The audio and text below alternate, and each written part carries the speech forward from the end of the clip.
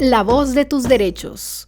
Este programa es auspiciado por el proyecto Exigibilidad y Defensa de los Derechos Humanos en el contexto de la emergencia del COVID-19 en Honduras, financiado por la Unión Europea e implementado por Diaconía Suecia, ASONOG y Coalición contra la Impunidad. El contenido de este programa es responsabilidad de ASONOG en Honduras y no representa la opinión de la Unión Europea ni Diaconía de Suecia. Saludos cordiales, estimados que nos sintonizan una vez más a través de este programa La Voz de tus Derechos, programa que busca poner en agenda pública la discusión en materia de derechos humanos. En esta ocasión les saluda Mildred Mejía y es un placer poder compartir con todos ustedes nuevamente. Hoy tocaremos un tema de mucha importancia para las mujeres y para la sociedad en general, enmarcado en la protección y defensa y respeto de los derechos humanos en poblaciones importantes que en ciertas ocasiones se han visto afectadas aún más por los efectos y repercusiones de la pandemia. El tema de este día se titula ¿Cuál ha sido el impacto de la pandemia en las mujeres indígenas para el respeto de sus derechos? Para abordar este tema tan importante, hemos invitado a una lideresa comunitaria, mujer muy especial, capaz, empoderada y comprometida con el desarrollo de su comunidad y de los pueblos indígenas en general. Bienvenida, doña Berta Hernández. Gracias por estar presente y siempre atender a la invitación que le hemos hecho. Cabe mencionar que doña Berta es representante de la Red de Mujeres de Copán Ruinas y también es parte y miembro activo del Consejo Indígena Maya Chortí, CONINCH, con una amplia experiencia en el acompañamiento en su comunidad. Bienvenida, doña Berta. Para mí es un placer estar aquí en este lugar. Como bien decimos, orgullosamente, estar aquí en las oficinas de ASONOG para contar mi experiencia de lo que hemos vivido a raíz de esta pandemia. Gracias, doña Berta. Como sabemos, pues la magnitud del contagio causado por COVID-19 afecta de manera desproporcionada a todas las personas, pero especialmente a los pueblos indígenas. Esta situación presenta un gran desafío sanitario, tanto para nuestras autoridades como para la población en general, ya que requiere de respuestas inmediatas, sensibles y oportunas a la realidad culturalmente vivida en los pueblos indígenas. En Latinoamérica, cerca de 53 millones de personas de más de 700 pueblos indígenas enfrentan en su mayoría un conjunto de condiciones adversas previas como elevados niveles de pobreza y otras formas de desigualdad social que los predispone a un alto riesgo de contagio, morbilidad y mortalidad por COVID-19. La escasez o ausencia de fuentes documentales y de información es muy notoria respecto a estos temas. Es por eso que hemos querido abordar este tema y que sea de conocimiento de todos. Sabemos, doña Berta, que actualmente los niveles de contagio han disminuido en comparación al primer año de pandemia. Pero nos gustaría, doña Berta, que nos relate un poco acerca de cómo ha sido el impacto generado por la pandemia en las poblaciones indígenas. Es decir, que nos cuente un poco cómo fue todo el proceso que ustedes vivieron de la pandemia desde que inició. Muy bien. Sabemos de que el impacto fue totalmente grande, especialmente con nuestras comunidades indígenas y sobre todo cuando nos dimos cuenta que el COVID-19 pues estaba arrasando con tantas muertes, hombres y mujeres, y cuando ya pues se acerca hasta Copán Ruinas, fue el impacto que más generó tristeza y angustia, especialmente para las comunidades indígenas, las comunidades remotas, las comunidades que viven más lejos del casco urbano. Sabemos de que, si bien es cierto, es triste recordar y contar la crisis que sufrimos como comunidades. La crisis fue bastante difícil, prácticamente en las familias más pobres, porque desde ese entonces en Copán pues se cerraron todos los servicios, por decir así, donde los negocios, las fuentes de trabajo, tal vez los compañeros hombres venían desde las comunidades a cumplir con su mano de obra en lo que es la construcción, los albañiles. donde ellos viven y le llevan el sustento diario a sus familias. Fue lamentablemente cuando nos dimos cuenta que sucedió ese drama en el pueblo de Copán Ruinas, a cerrar todo Copán Ruinas, los negocios, como les repito, las fuentes de trabajo, cerrar las calles, los pasos, el acceso desde las comunidades hacia Copán Ruinas. Para mí fue bastante difícil pensar cómo nosotros íbamos a sobrevivir en las comunidades, pensar cómo le iban a llevar el sustento diario a los niños, que son los más vulnerables en las comunidades, sufrir cualquier desnutrición a causa del hambre, ¿verdad? Porque cuando no hay una fuente de trabajo, pues sabemos de que falta el recurso económico, donde que cada familia pues, podría pensar y llevar el sustento diario. Les repito, cómo nosotros lo enfrentamos es tomando en cuenta todas las recomendaciones, las medidas de bioseguridad, estar encerrados en las casas, eso fue lo más triste. Estar uno ahí, ya no tenía comunicación con nadie. Si bien es cierto, ni en la propia comunidad no salíamos de casa, todo solo pensando, escuchando noticias, cuántos muertos a diario, especialmente en los hospitales. Entonces, para mí eso fue bien lamentable. Lamentable, ¿por qué? Porque sabemos de que cuando uno tiene estos tipos de comunicación, participación, se siente bien limitado cuando en la casa uno dice, pues hoy ya no voy a salir, no voy a convivir con mi demás familia, con mis vecinos, porque hasta en las mismas comunidades se tenía el miedo de que alguien que salía hacia Copán Ruinas iba a llevar el virus a la comunidad. Porque por eso cerraron todos los espacios para entrar hacia Copán Ruinas. Lamentablemente nosotros en las comunidades pues quizás nos veíamos obligados a saltarnos quizás los volcanes de arenas que ponían ahí en las calles, huyendo de las autoridades, porque el que lo veían ahí caminando en las calles de Copán, pues lo agarraban y lo iban a encerrar. Entonces, para nosotros eso fue bastante triste y lamentoso. Lo triste fue cuando pusieron el reglamento de que todo mundo tenía que, el que no usara su mascarilla, pues ese no iba a entrar a Copán Ruinas. Nos vimos sumisos, nos tuvimos que acostumbrar a tomar en cuenta el tapabocas, como lo decían en las comunidades, ¿verdad? Entonces, pero, sin embargo, aquí estamos, sobrevivimos, le hicimos frente a esa gran crisis que nos vino a decir así, a disminuir tanta participación, tanto trabajo que a veces muchas mujeres soñábamos con salir adelante, pero eso nos dejó bastante limitadas. Doña Berta, usted ya mencionaba algo importante y quiero hacer mi pregunta referente a eso. ¿Cómo hicieron frente a la pandemia desde sus comunidades? Es decir, ¿qué medidas tomaron ustedes para poder protegerse? Porque sabemos que quizás en ese momento no tenían acceso directamente a mascarillas, al alcohol. ¿Qué medidas tomaron ustedes para poder protegerse de esta crisis sanitaria? Bueno, la verdad, en las comunidades, como les repito, no salíamos de casa. Ahí permanecíamos encerradas. Solo la familia, si salíamos a los, nosotros le llamamos a los guatales, ¿verdad? Donde cultivamos el maíz, frijol.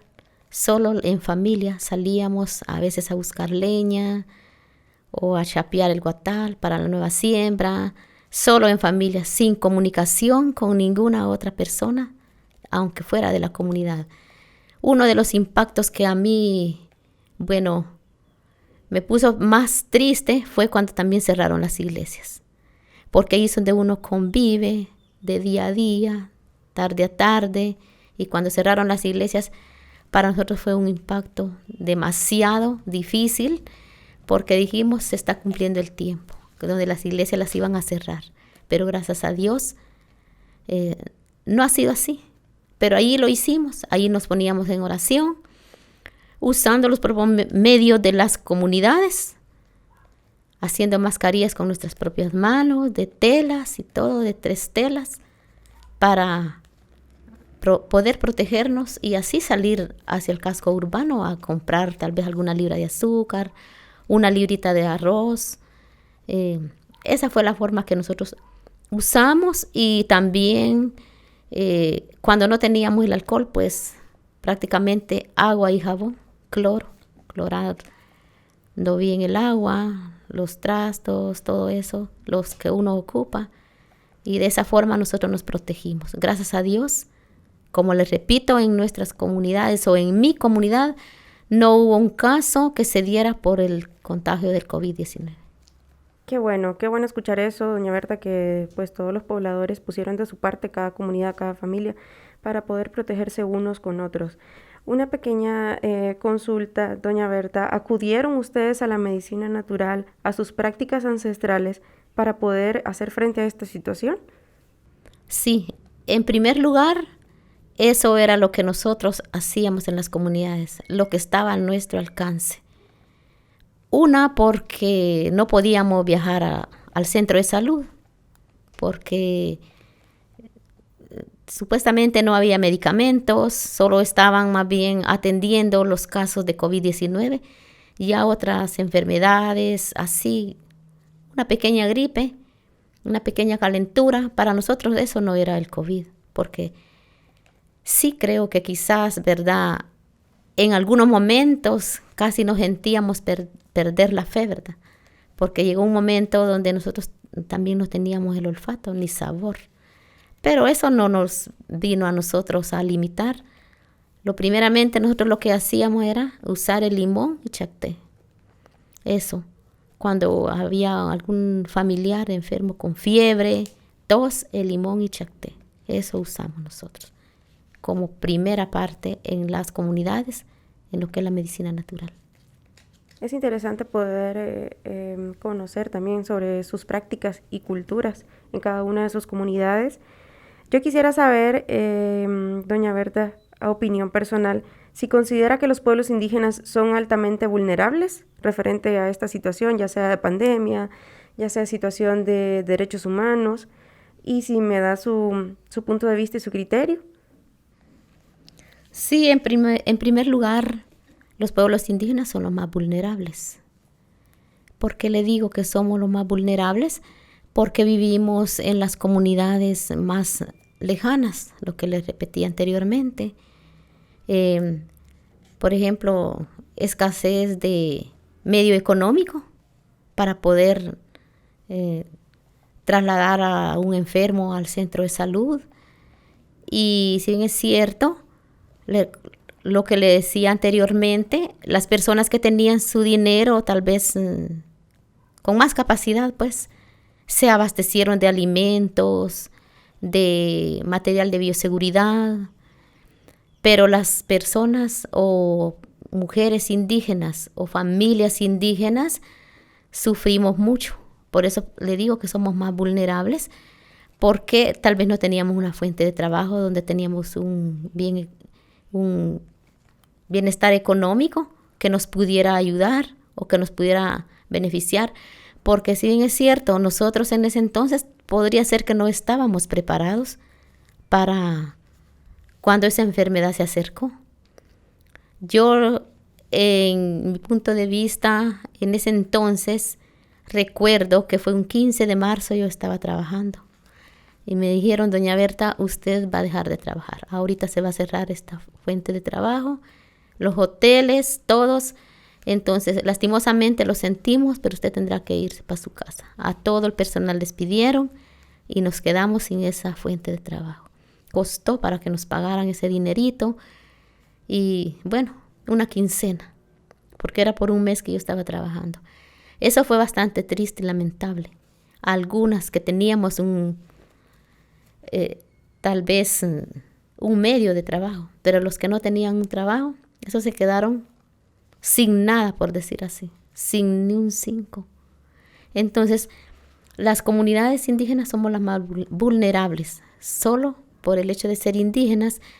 A veces cuando uno venía al centro de salud, no hay medicamentos, decían. Usted no va a ser atendida, usted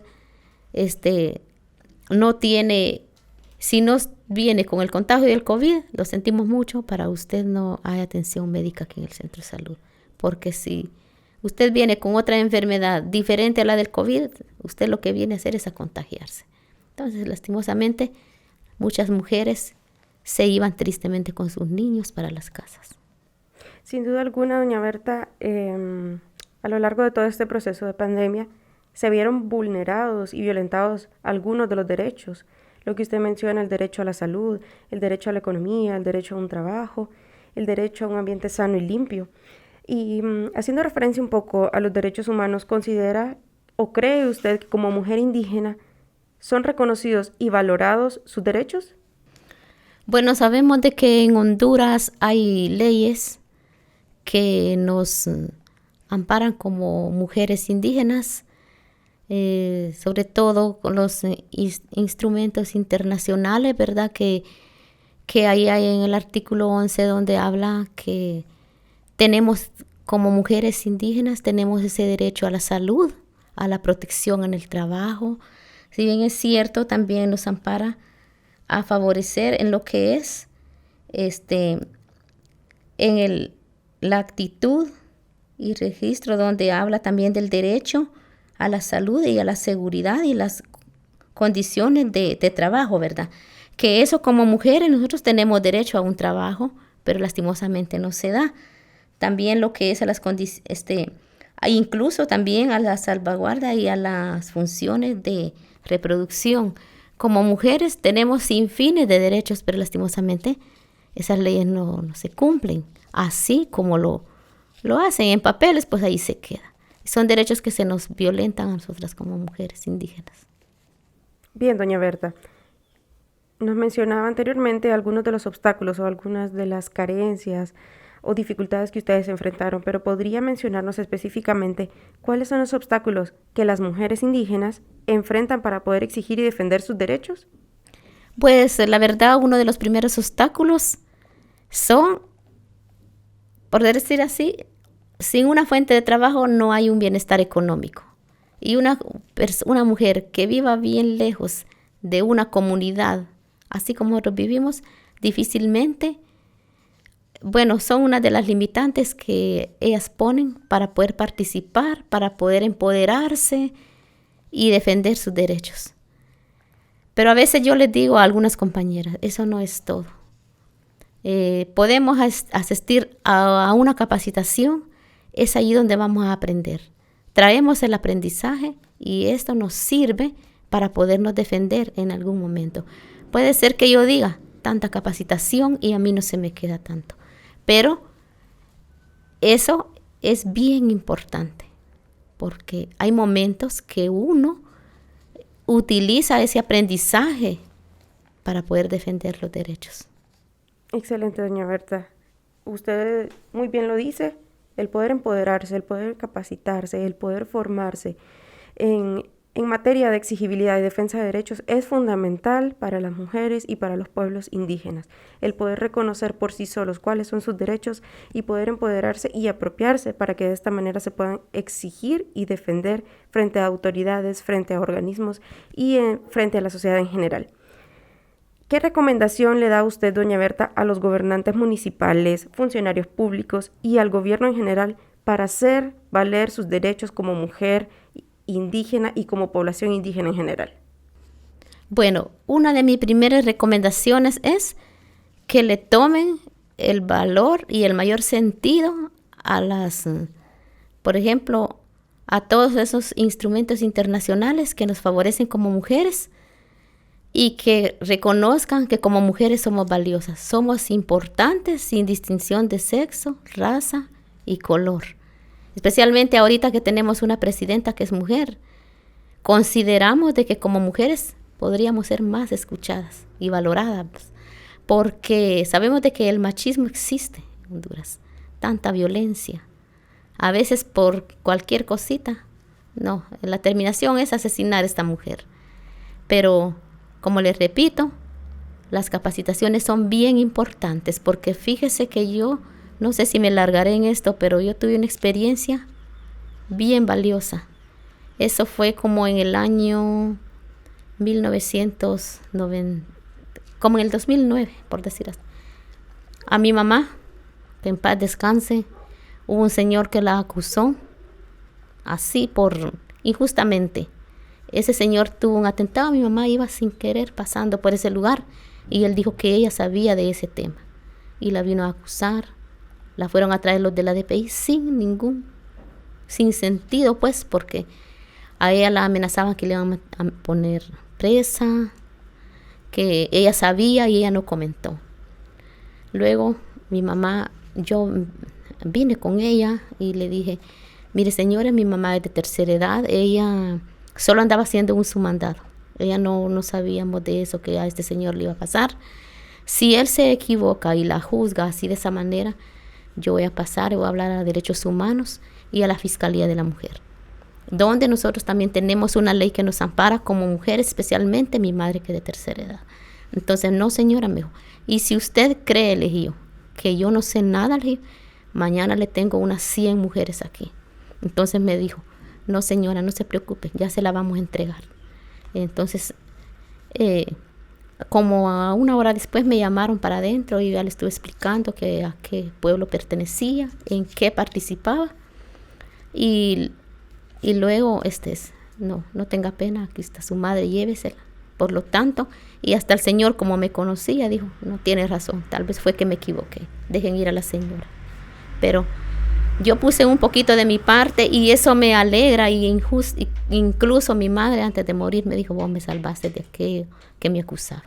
No tenga pena, mamá, para eso nos salimos a capacitar. Entonces, es una experiencia muy valiosa y que mi recomendación es que sigamos adelante como mujeres. Gracias, doña Berta. Ya para cerrar, me gustaría que usted como mujer indígena, como miembro activo de CONINCH, como miembro de sociedad civil, como miembro de Red de Mujeres, le pudiera dar un mensaje a la población en general y especialmente a las mujeres indígenas para que aprendamos a luchar por nuestros derechos. No, pues y mi recomendación a la población en general, a todas las mujeres como representante también de Red y del Consejo Indígena de mi comunidad, es que nos unamos para hacerle frente a tanta violencia que en Honduras sufrimos tantas mujeres día a día. Eso no es de dudarlo porque según las noticias vemos que es una infinidad de mujeres que mueren día a día, niñas y niños. Entonces mi recomendación es que nos unamos más, que participemos, que no pongamos limitantes para no participar. Siempre, como le digo a mis compañeras, en el camino se arreglan las cargas. Gracias, doña Berta, por su participación, por toda esa experiencia vivida que nos ha compartido en esta mañana. Yo quisiera hacer un pequeño comentario y decir que las mujeres indígenas no deben ser percibidas como víctimas, sino como algo más. Ellas han desempeñado un papel fundamental y decisivo en la lucha por la defensa y exigibilidad de derechos, como mujeres, como población indígena y como sociedad en general. Y son conocidas como garantes de la cultura y juegan un papel fundamental en sus familias, sus comunidades y sus países. Agradecemos a cada uno de ustedes por su fiel sintonía en nuestro programa La Voz de tus Derechos. Recordarles siempre estar pendientes de nuestro programa los viernes y recordar también las medidas de bioseguridad porque proteger está en sus manos. El uso de mascarilla, el uso de gel y uso de alcohol. La Voz de tus Derechos. Este programa es auspiciado por el proyecto Exigibilidad y Defensa de los Derechos Humanos en el contexto de la emergencia del COVID-19 en Honduras, financiado por la Unión Europea e implementado por Diaconía Suecia, ASONOG y Coalición contra la Impunidad. El contenido de este programa es responsabilidad de ASONOG en Honduras y no representa la opinión de la Unión Europea ni Diaconía de Suecia.